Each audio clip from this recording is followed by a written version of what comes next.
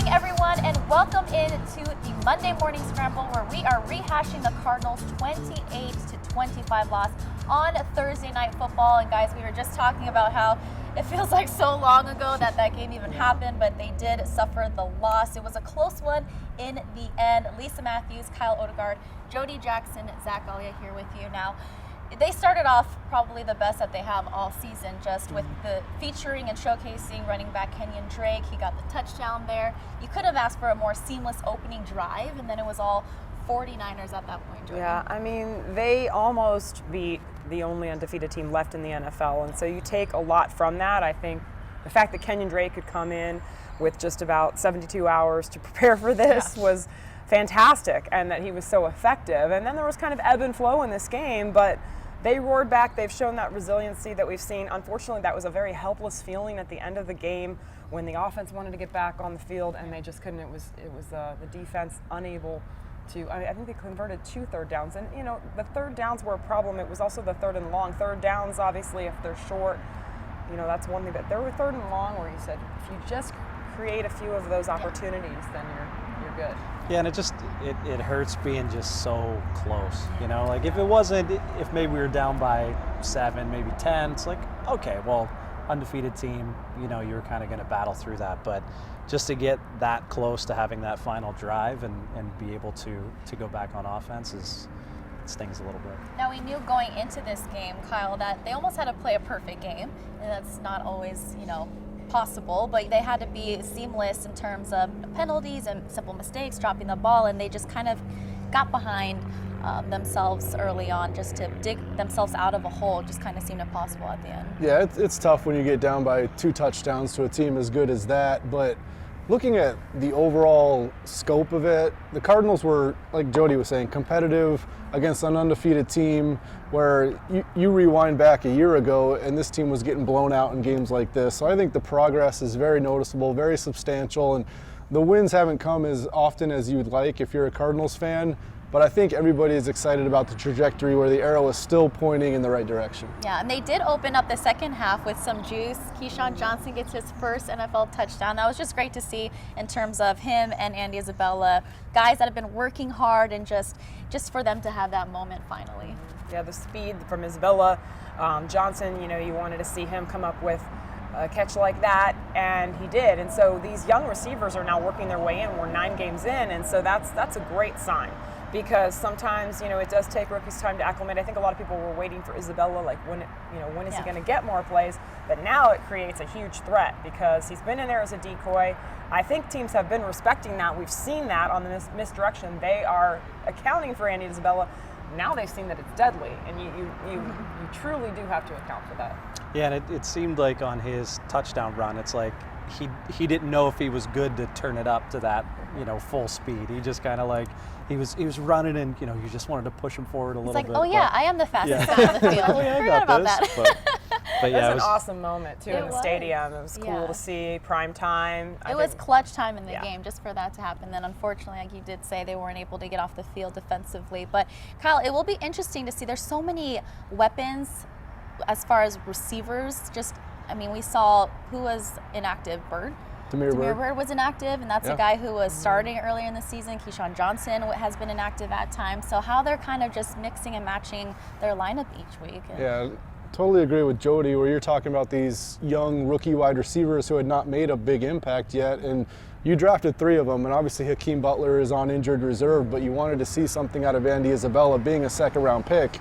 The other second-round pick, Byron Murphy, was starting from day one, and Andy Isabella was struggling to get into the mix. And does a play like that really springboard him and allow him to get more playing time and more touches? Because you would love for the future for him to pan out, because you know Kyler Murray is going to work, and Christian Kirk is a guy who is already turning into a star, but you need 2, 3, 4 more skill guys to really become this high-octane offense. And Andy Isabella has the speed. If he can put the little things together, the route running, the catching with his hands instead of letting the ball go to his body, he can be a dangerous player. Yeah, that's something he's been working on. And again, what a moment for him, and the timing of the game, obviously. What bites for me in this game, after they get that touchdown, 2-point conversion, the defense not able to get off the field at that, but they had 3 opportunities at that time, and they were never able to get the ball back to the offense to see what they could do with some time left to possibly just tie it or even just win the game.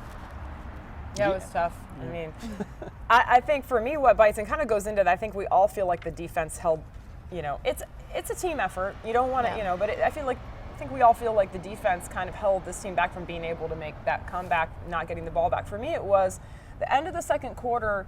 The Niners went on a drive that lasted 4:58 and ended in the Sanders touchdown. So they kind of took up a huge chunk of time at the end of that second quarter. And then that happened again at the end of the game, 4:53. And I think it was Dwelly, the catch by Dwelly on third down kind of really sealed it there. So, time of possession, it wasn't incredibly lopsided. The Niners did have a better time of possession for the game, but just at the end of those 2 quarters, I think that really hurt the end of the game, obviously. And anytime that you see a team converting like that, and Garoppolo had a great game. I mean, this is an offense that's they're moving the ball very effectively. He had his best day. And the addition of Sanders for them, and with Kittle and Sanders, they have a lot of weapons. So, but the fact that it's been a pattern pass defense-wise, I mean, the Cardinals played well against Daniel Jones. Other than that, quarterbacks against them are routinely getting passer ratings above 100, which you give that up, it's hard to win in the NFL. And we're so excited about what Kyler Murray and Cliff Kingsbury have done to push the offense forward, but the defense has been holding the team back a little bit, and some of that has been personnel and maybe just falling short in key situations like the big third downs. But that's something that, to me, is the biggest thing that they need to get fixed moving forward. Well, I mean, it all works together, right? Yeah. But do you get more fired up about the lack of pass rush or the lack of ability to cover, or at least have, not have the confusion that we maybe saw like on the Pettis touchdown, where you just it didn't look like anyone was on him at that moment. So I don't know, though, because you also say, well, it comes down to the pass rush too, and you don't want to put it on entirely on the DBs, but I think that maybe that's the second half expectation is better pass rush as well, right? Yeah. Well, if you two would have told me that going into this game, the Cardinals would have outrushed one of the best ground games in the NFL. I think they averaged 3.3 yards per carry. Yeah. Defensively, I would have been, wow. I mean, we have a fighting chance at this point. So that's something that stood out to me, seeing when it counted, when they had to get off the field, when those plays obviously mattered to win the game. They weren't able to get it done. Yeah, they did a decent job. I mean, Breida got loose a couple times, Coleman a couple, but nothing. It wasn't major. Like they took over the game and just were constantly able to run it down the field. They were able to, unfortunately for the Cardinals, they were able to pass it. Yeah. So. And Vance Joseph was very aggressive in this game. People have been talking about him not doing a lot of man-to-man. He played a lot of man-to-man. He blitzed a lot, and I would hesitate to blame the defensive coordinator for the issues, because he's tried a lot of different things. And like you mentioned, Jody, if the pass rush isn't getting there, you're not going to be able to play very well on defense. And if you're giving up some stuff in coverage, he was calling a lot of different things. He was being aggressive, and your players have to step up and make plays. And there were times in that game when the pass defense didn't do it. And we heard Chandler Jones in the Wired clip say, "Why are you holding the ball so long?" to Garoppolo. I mean, he wanted to get to the quarterback. They're obviously friends. He posted a video on social media, right, Zach? Earlier in the week of him sneaking up on him in the grocery store. So that's something obviously he craves to get to the quarterback, but he's just releasing the ball too fast for him. Yeah, I mean, it was. Jimmy G definitely had himself a day, and it's kind of hard to do much whenever you have a quarterback who's kind of on target like that. So, you hope for a little bit more maybe from the pass rush, a little bit more from coverage, but I think all in all, it's sometimes you run into a hot quarterback too, and there's not much you can do. Did you just call Jimmy G hot? Yes, you did. Put you on blast, Zach. You did. All right, guys, let's get into our Rise and Shine player of the games. Let's go to you, Zach, first. Me? Yeah. All right. Buda Baker. Buda. This guy was all over the field, covering tight ends, playing on wide receivers. I couldn't say enough good things about him. 13 total tackles, 3 pass defense, 2 tackles for loss. It just seemed when there was a big play on defense and you looked at what number it was always 32. I like it. Jody? Okay, I'm going to go with the aforementioned Kenyon Drake. first of all, the fact that he came in late in the game here on a Thursday night game, came in from Miami, and we talked to him on Cards OT. He was kind of leaving the set. I said, "Oh, you're going to get some time." He goes, "Well, I have to get settled. I have to figure out where I'm living. Where's my car? His car's coming." So, he was able to push all of that aside. To me, in just talking to him after the game, I know you guys talked to him a lot all week long. A true pro. I mean, he came in and he took direction from Kyler and the coaches, and he embraced that, and I'm sure he loved the fact coming to a more competitive team with the Arizona Cardinals. And it's exciting now with he and David Johnson poised to return this week against Tampa. And Drake, just to go through it, I know, Lisa, you touched on his touchdown early, that he had the 110 yards rushing, and then 4 catches for, I think it was 50 yards, total of 162 altogether. He had 19 touches. And they needed it. They needed every bit of it. So he came up in a big spot for the Cardinals this week. And he played like 93% of the snaps or something. I thought it would be. He had a lot of juice. Like 35 or 40%. And he knew what he was doing the entire time. It's crazy to me that in 3 days he learned all that stuff. He looked very prepared out there. He did. He looked like he had a little spark to him too, and he had the highest grade overall by Pro Football Focus, 88.4. So just to think about, what his situation was in the beginning of the week, and just to see the way that he performed, just a tremendous job from him. Okay, I guess it's my turn, yeah? Make sure I'm always nervous, it's upside down. Andy Isabella, he has been patient, obviously a rookie. He's waited for his time to shine, and it finally came on Thursday Night Football. Obviously, his 88-yard catch and run. Just someone that's obviously just stayed quiet. He's second-round pick. Obviously, you expect a lot from him, but he stayed quiet and has worked hard for this moment. So I'm excited to see.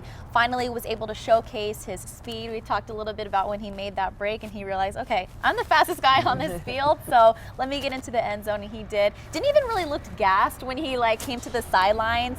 I think who was it? Fitz obviously tackled him. Yeah. Who else came to tackle him? I mean, everyone. Poor guy. I felt bad at that point. He didn't want to get tackled after he ran 88 yards, but just tremendous to see his growth, and finally a time for him to shine in that game.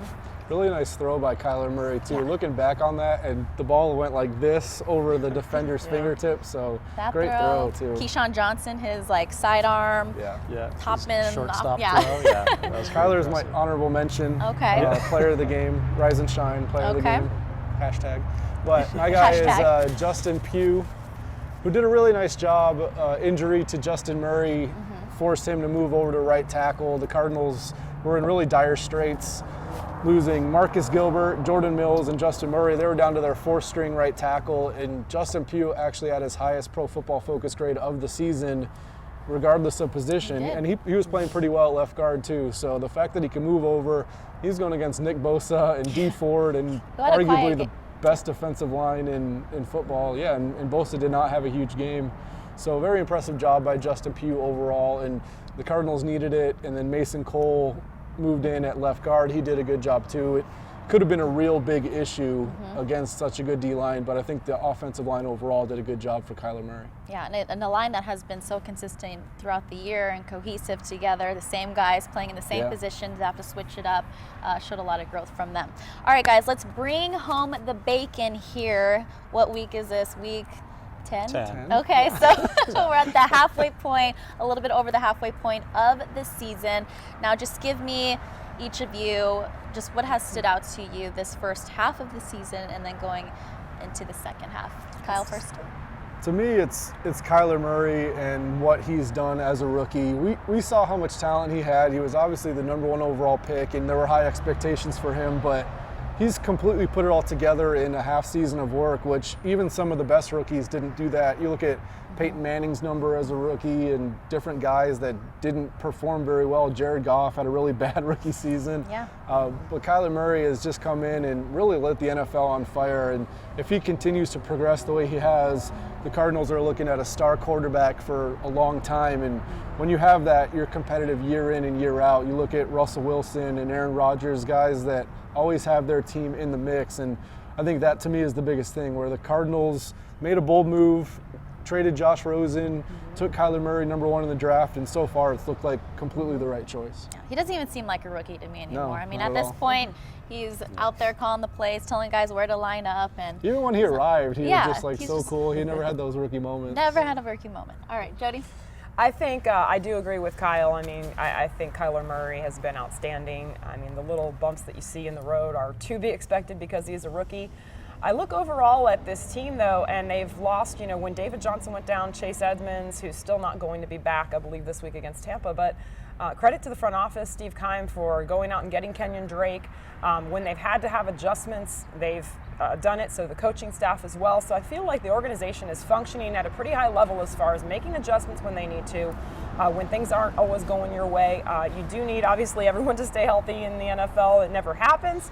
But when it doesn't, you go out there and you do make adjustments, and the coaching staff as well, going from what they did early in the year and really planning to throw it a ton and using personnel to do so, and then going to the run game a little more, and that's really taken a lot of pressure off of the team. I mean, and as far as the defense, I think we all look for the defense to get better overall in the second half, and they have time to do that. Yeah.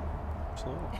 Yeah, so mine goes kind of off of what Kyle was saying. Is my kind of biggest surprise and thing I'm most happy with is kind of the poise and confidence just of the team in general.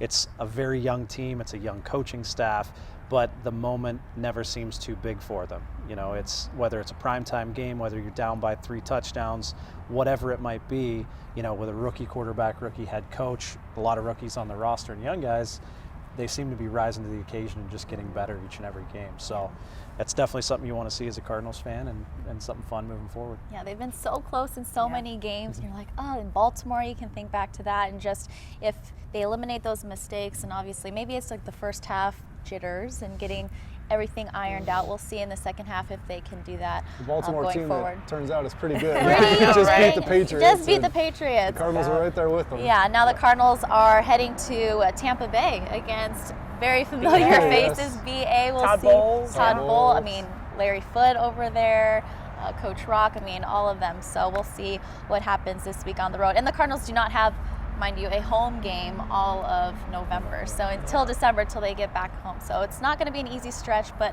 one that I'm looking forward to seeing that their growth and come the end of the year, what they made of themselves out of 2019.